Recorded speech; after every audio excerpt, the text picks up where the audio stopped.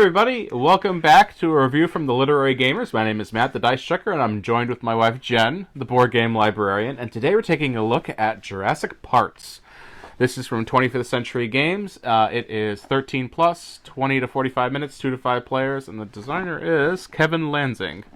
With artwork by the super popular Andrew Bosley of Everdell fame. Mm-hmm.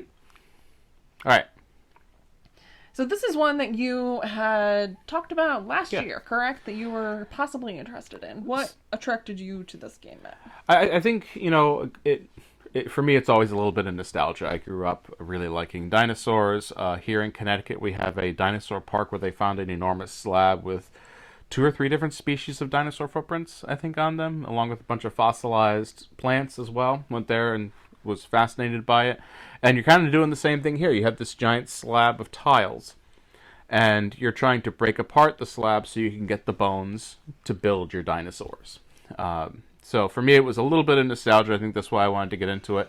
And I knew 25th Century Games was pretty good. I mean, we get Winner Winner Chicken Dinner from them, so you all know how I feel about that one. It's the best game ever. Squeaky, squeaky. So this was sent to us by 25th Century Games. Yes. Thank you, as always, Chad, for sending that along. And we've played this several times. Yep.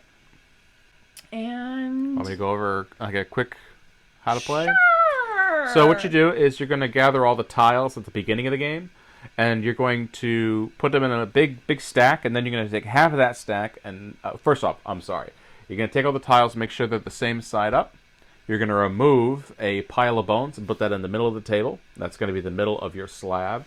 Once you have all the tiles in like all the dinosaur bones showing, you're going to take half of that and flip it over so it's looks like dirt. And then you're going to shuffle all those together. And then you're going to build a slab outwards from there. And half the tiles are going to be hidden, half are shown. At the beginning of your turn, you're going to get 3 sharp chisels. What you can do is you can place them on the slab and you're trying to break pieces off. Sometimes you're going to have rock interference, and you're only allowed to save 1 chisel per turn into the next turn. You can also interact with the field leader, who you can sell fossils to, and there's a bunch of different things you can do with him. Sometimes you're getting amber. You can use amber to get additional things.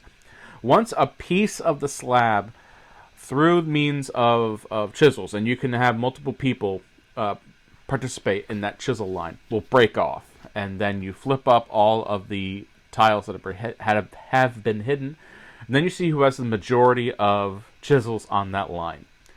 Whoever it is, that player gets half, rounded up, of what was broken off. Then you find out who has second most. That player gets half of what remains. And then it goes down until each player that participated in that chain gets something. Anything left goes to the field leader.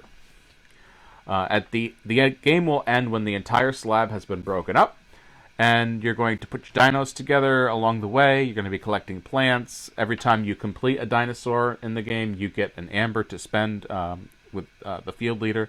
There's a variant there with the cards, where you can get some cards and they give you one-time bonuses or sometimes game length bonuses. Whoever has the most points is the winner of the game. You spend 1 amber for the field leader for your first purchase, 2 for the second, and 3 for the third. You can either get 2 more chisels, you can ignore the next 2 rocks, I believe. You can take any fossil from the board, or you can take a fossil that he has in his storage that was the remainder of the parcel out. That's what you do with the field leader. And once per turn, you can sell him a fossil for an amber. Fossil for an amber, yes. So you are able to, in the game, do Triceratopses, T-Rexes, Pterodactyls, Brachiosauruses, Velociraptors. And Velociraptors. And each one is a very amount of points. And that's how you get your points. So what'd you think of this game, Matt? I enjoyed this game a lot. I liked the puzzly aspect of trying to see what I needed, how I could break that apart to the best of my abilities. Yeah, I'm going to spend a lot of time breaking through rocks. That's okay. But I thought the concepts were neat. And I thought the design was great and the artwork is great. And this really, harkens back to to my youth, and it might be it's a great dinosaur game for people who want to look for fossils. I say that because I really like Draftosaurus, and that might be my favorite dinosaur game. Then again, this is a good one too, but this is about digging up dinosaur fossils. That's a different game altogether. Yes. So I really liked the ideas behind it, and I thought it was good. This is another one. I do like this one. I'm not sure what I would rate it. I'm not as into dinosaurs as Matt is/was. But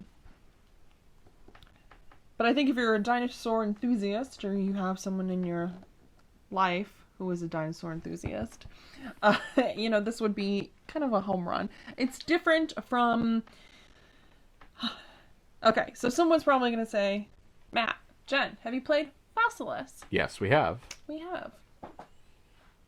And they're going to say, what did you think of this compared to Fossilis? This is a much simpler game than Fossilis. I liked Fossilis too, but the rules of moving we always had to have the aid out to see, what were the rules here, what could we do with this, and some of the things in Fossilis just seem so out of reach. Yes. Like the way you collect the dinosaurs. This was much easier to jump into, and it gave me that theme. Granted, the sliding of the tiles on the game tray was really neat with Fossilis. And that can get, a little mean sometimes, pushing someone completely off the thing. This game plays faster. It does. With 2 players, it was definitely towards the 20-minute mark, yep. I would say. And I thought it was fine with 2 players. Yeah. I'm not sure. I think it would be lightning quick with 5 people. Oh, yes. The way you're breaking up the parts of the slab, unless people are just lone wolfing it and trying to get their own pieces. Probably more cutthroat, too, because you're fighting over... Especially if the Brachiosaurus needs 5 tiles to complete. So it's 5 specific tiles, and there's only 2 of each. Yeah. The pile of bones is wild, by the way. There's only 3 of them in the game, but they are wild. And there's a set collection going on with the plants. The more plants you have, the more points you get. So I do want to talk about the thing that I loved in this game, and it was the representation. It's something that I've talked about in other videos about other games, but the people that are in here, it's wonderful. There's a great amount of diversity in the characters you can play as. If there's one complaint I mainly have about the characters, is that there weren't any character special abilities. Everyone was the same. I would love to... yes, the cards were special to you, but you had that with Winner Winner Chicken Dinner. You had card play that you were getting, but you also had a special ability too. I would like to see a character special ability. If there's only one thing I would make a change on, it's that. But I did like this game. Yes, I liked it too. So was it a keeper, Matt? For me, it's a 7.75. Okay. For me, it's not a keeper because I know people who are going to enjoy this more than us, and I want to see them enjoy it. Oh, that's so generous of you. I do like it, so I can always ask if we could play it when we see them. So, I think when it comes to thinking about if we're keeping something or not, it comes down to, do we have space for it? True. And we didn't go the Calyx route, as you can see. No. And we went against the grain. Ooh. Don't tell Twitter. I'm not sure that we have a game that's like this. And, Fossilis for us, too, is on the possibly get rid of. So, Jen. Yes, Matt. What do you rate this? It's probably a 7.5. And it's not because we like this. I like this more or less than Fossilis. I can't say that I do. And again, I did say to Matt, I said, the library, if the library owns it, we can certainly check it out at any point. And yes, I agree. I think that it'll be very popular there. The dinosaur theme, I think is going to really sell this game. Size-wise, it's a little compact game. I love how itty-bitty it is. I will say, yes, you use every space in that box. You too. There's no space wasted, and it didn't come with an insert either. Thank you. Some of these inserts are the stinkers. So, another like, but not keep. It could be for you, could be for your group. It says 13 plus, but I can't imagine that if you have a very enthusiastic 8-year-old child who loves dinosaurs, that they would not be able to play this game. Oh, they should be able to play it. So that is all for today's Jurassic Parks review. I want to say parks every time.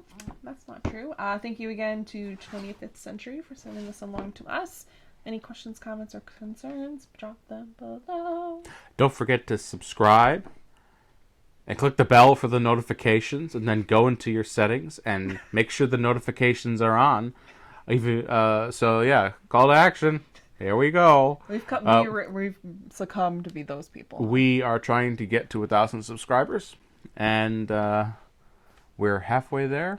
We're halfway there. We are halfway there. Thanks, folks. So that is all for today. I'm Jen. I'm Matt. We're the Literary Gamers. And this is Stonewall. Goodbye.